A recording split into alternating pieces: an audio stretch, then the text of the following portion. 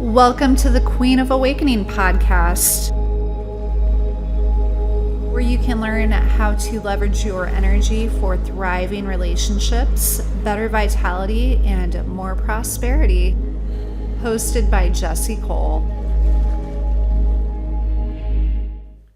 Hello, my loves. You're tuning into podcast episode 5. Today's episode is all about what if I'm not feeling okay. Even when we start going through our awakening process, we have ups and downs, especially if you are an emotional authority, have a lot of water signs in your astrological chart, and that needs to be honored. We can't be on all the time. We can't be happy-go-lucky every day of our lives. And one thing that we can do is look at our past to figure out how to navigate through the present. Some of us did not have an ideal childhood. I must admit that things weren't all peaches and cream for me growing up. My parents loved me very much and they tried really hard, but I had a pretty tumultuous relationship with them. My dad was a narcissist and he really tried controlling me, and it caused me to doubt myself. I found that my mom was pretty emotionally unavailable. And so if you grow up in a home where you are made wrong often, you don't trust your guidance system as much. It's good that we honor our children now because it allows them to have more faith in themselves, but they're still looking to you for guidance. So what if you're not okay? What if you're not feeling good? Because if you come from that sort of environment, oftentimes our baseline is lower than other people. Some people just aren't as happy, and that's okay. We have to honor where we're at. So what can you do? You can honor yourself where you are. You can utilize self-acceptance, be okay with how you're feeling. You can have self-love, really try not to self-sabotage. Love yourself exactly where you're at. Even if you get into an argument, even if your spiritual ego is arguing with your lower ego, where you're telling yourself, I'm okay. No, I'm not. Everything's gonna work out. No, it isn't. Do you ever find yourself doing that? I sure do. You can allow yourself to feel the emotions fully. So feel the emotion, accept it, and try to look at it as an observer, and then release it. That leads into the second thing that you can do. Step outside of yourself. Be an observer.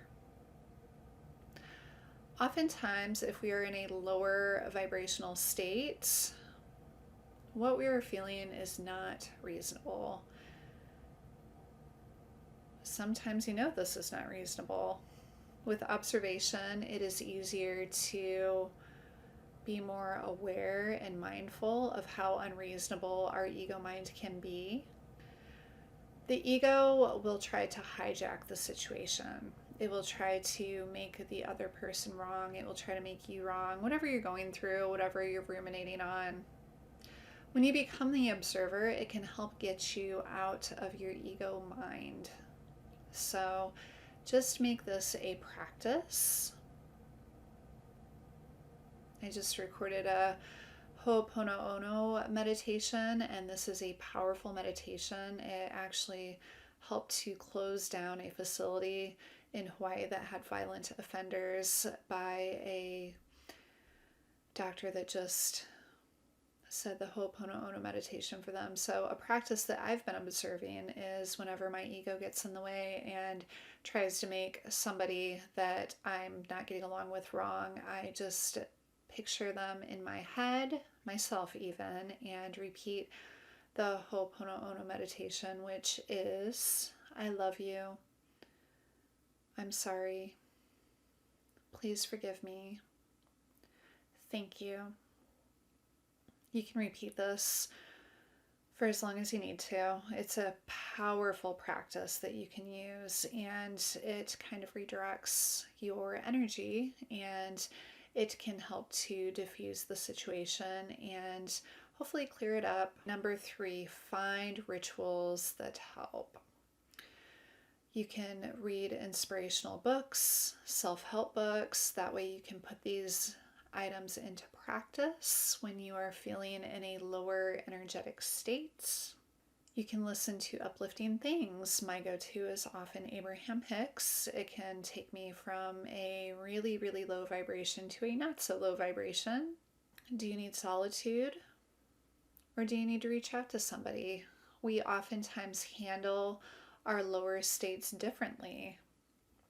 I tend to be more solitary. I don't want to infect anybody with this foul mood that I'm experiencing when I am experiencing that. So I tend to go within. If I do have to interact with people, I try and keep it brief.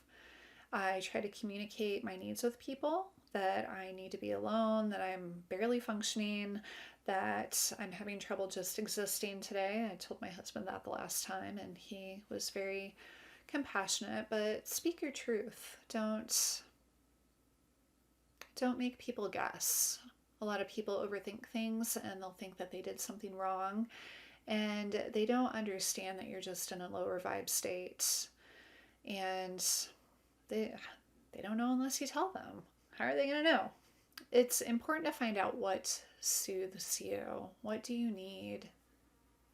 Do you need a bath? Maybe you can take a bath and just visualize yourself washing away that negative energy. You can throw some rose petals in there, maybe some essential oils, Epsom salts. If you take an Epsom salt bath, you can balance your energy by adding some baking soda as well. Essential oils are always lovely. Light some candles. Be kind to yourself. Nature is wonderful for helping you to get in a higher vibrational state. Go outside. I cannot express how wonderful listening to the birds is. Go outside, move your body, look for flowers. Try to make it a more natural setting. Going for a walk in the city is not as soothing as it is going to a natural area, and the health benefits of being in nature are long lasting. So the more often that you can get to nature, the better off you're going to be. And exercise. I know that sometimes we get lazy, we don't feel like it, but exercise is so, so good for our state of mind and our overall well-being. Number 4, go within. Meditate, meditate, meditate. Are you meditating daily? Why aren't you?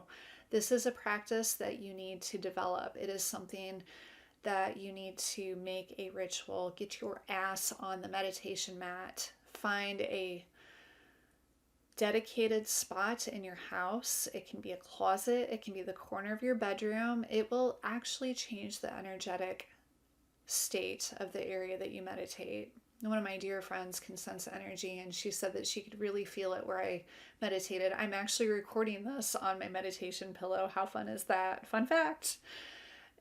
Start off with 5 to 15 minutes. Do it if you're sick. Do it if you're heartbroken. Do it the day after your dad passes away. Meditate. There's so many guided meditations out there. Stop making excuses. Be present. Make it a practice to be mindful. Try to be an observer of your life. Try to be fully present in the moment. Number 5, know that your body becomes addicted to emotions. This goes back to those of us that grew up with environments that are not ideal. Your body is constantly looking for what it is comfortable with. You can rewire the neural pathways by practicing gratitude and by meditating. Going back to meditation over and over and over again. I will always try to redirect you to meditating. So if you're wired for sadness and anger, just know there's peace within. There's an underlying serenity and peace. We are God. We are God consciousness.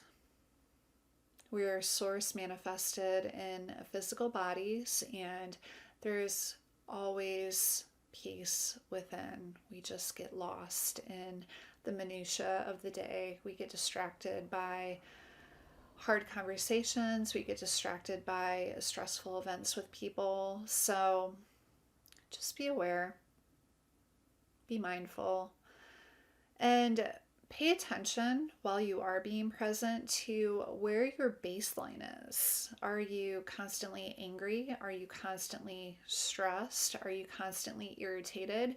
Irritation is the low level of anger. So just beware, be mindful, and practice gratitude. If you are irritated from, your kids or your family, then be aware of how you're reacting. Try to take a breath and reframe it. Find gratitude that you have a family. Find gratitude that you get to cook them food.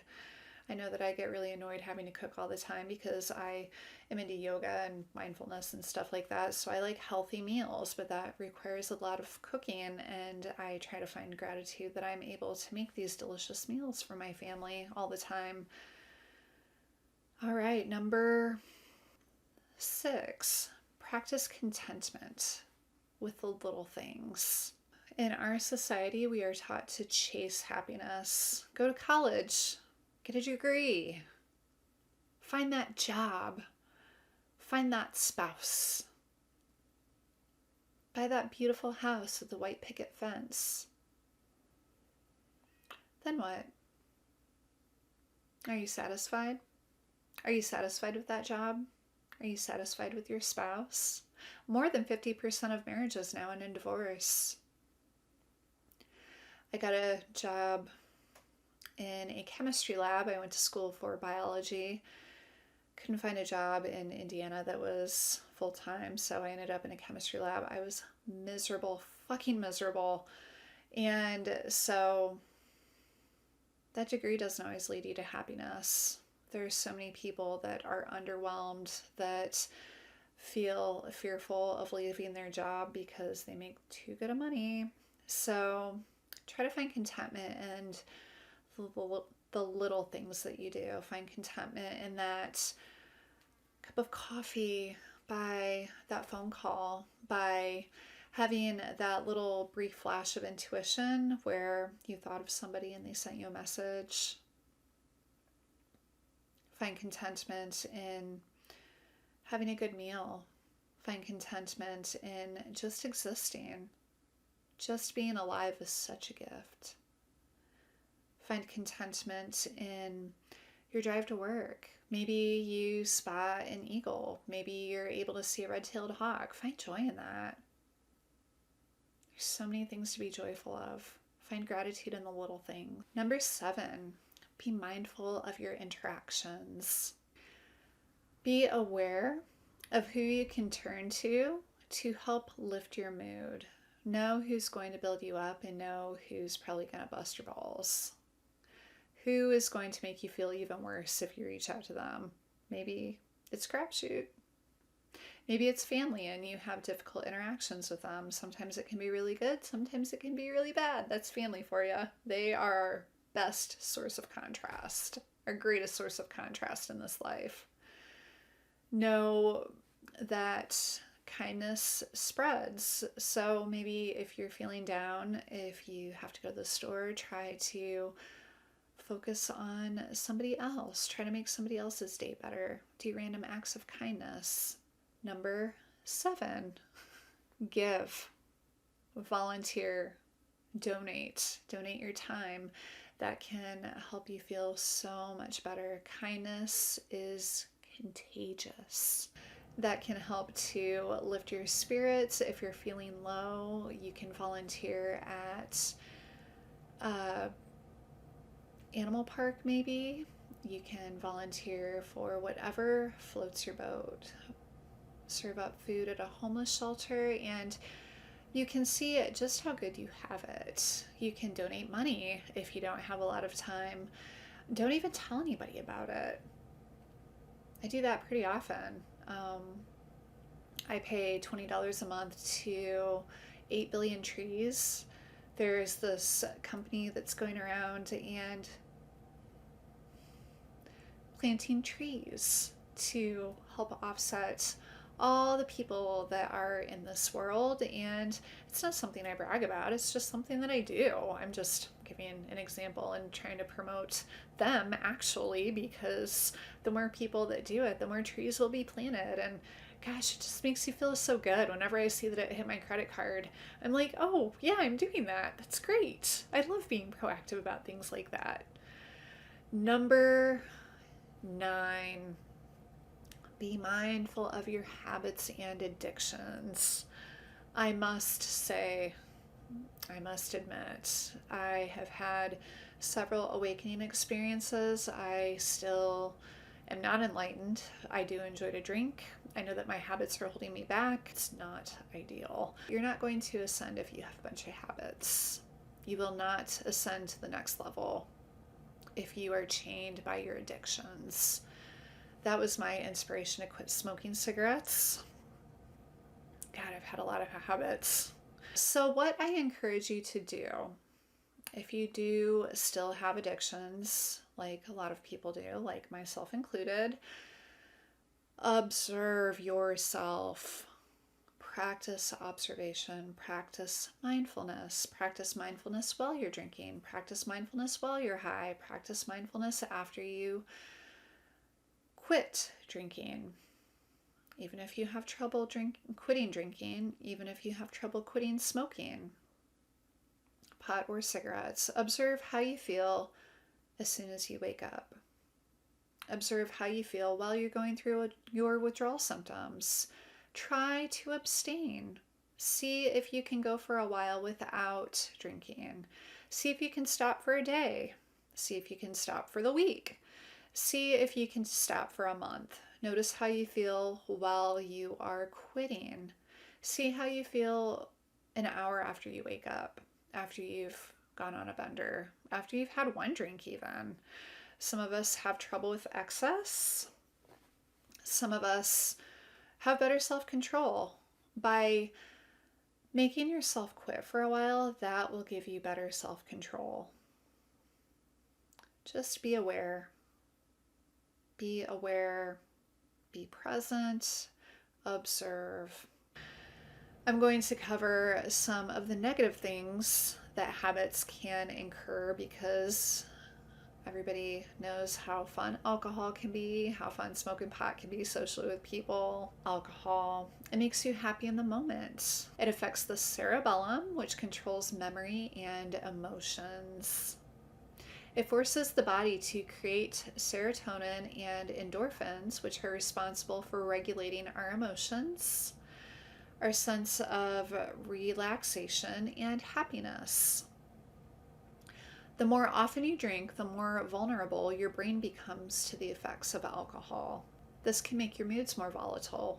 Alcohol overall is a depressant. It can make anxiety or sadness worse if these are emotions that you constantly find yourself trying to sort out. Why would you want to quit drinking completely? It can improve your skin. It can improve your sleep. You can have a healthier weight, better mental health.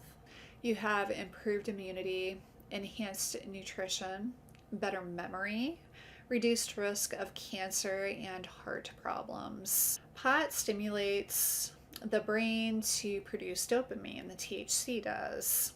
It can last 1 to 3 hours if smoked. It can increase your chances for clinical depression or worsen any mental disorders that you have. But wait, there's more.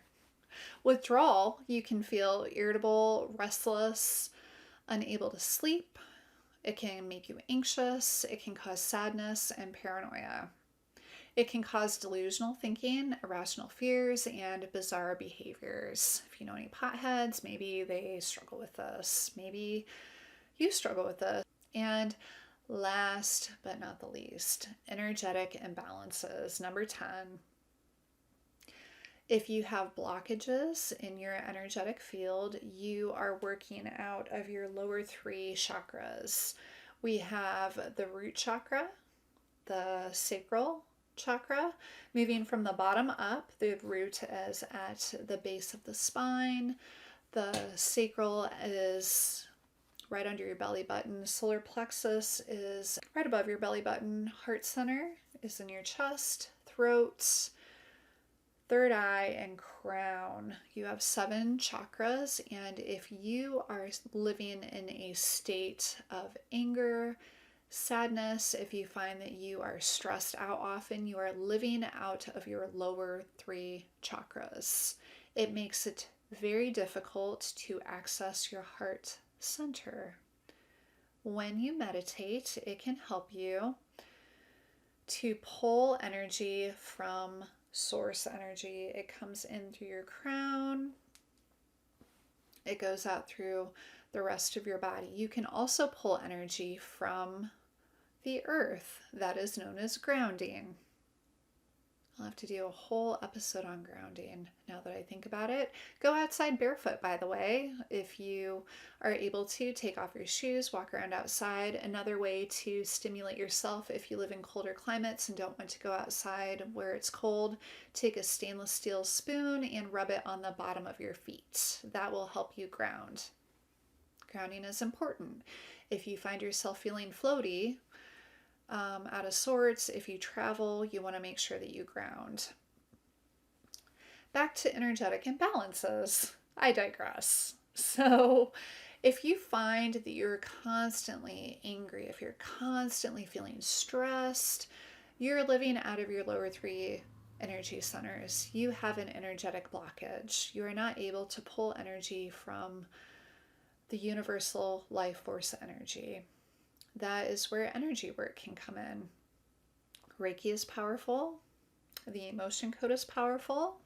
I'd be happy to schedule a session with you. I can do a diagnostic session just to see where your blockages lie. And energy work is so powerful. We can have cording, where we have energy that is being pulled from us. If we have corded energy with somebody else, this is where maybe you have a negative relationship with a sibling. We have energetic ties with people. Cording is where they are drawing energy from us. Maybe you have trouble saying no to somebody. Maybe you need to set some boundaries. But if you're feeling tired often, you could have corded energy that needs to be taken care of. You can also have an entity attached to you. You can pick them up just by going to the grocery store. If you are feeling tired, if you're feeling angry a lot, if you're feeling stressed out, there could be an entity attached to you feeding off of your energy. And it's hard to bring yourself into a higher vibrational state if you have any stuff like this going on. You can have past programming going on. You can have your abundance mode really low. There are so many things energetically that can be interfering with your wellness. So please, please, please be mindful of your energetic patterns. I will be doing more podcast episodes on these things to inform you on how you can manage your energy. I would love to help you out. Reach out to me. I will be happy to help you. Go to jessiecolewellness.com to check out my website. I think that is a lot of information for you to process now. I hope it helps you to raise your vibe and know that it's okay to not be okay. We cannot be okay all the time, and that is okay. So until next time, my loves, I hope you have a beautiful day. May love and light be yours. And I will see you on the next episode. Thanks. Bye.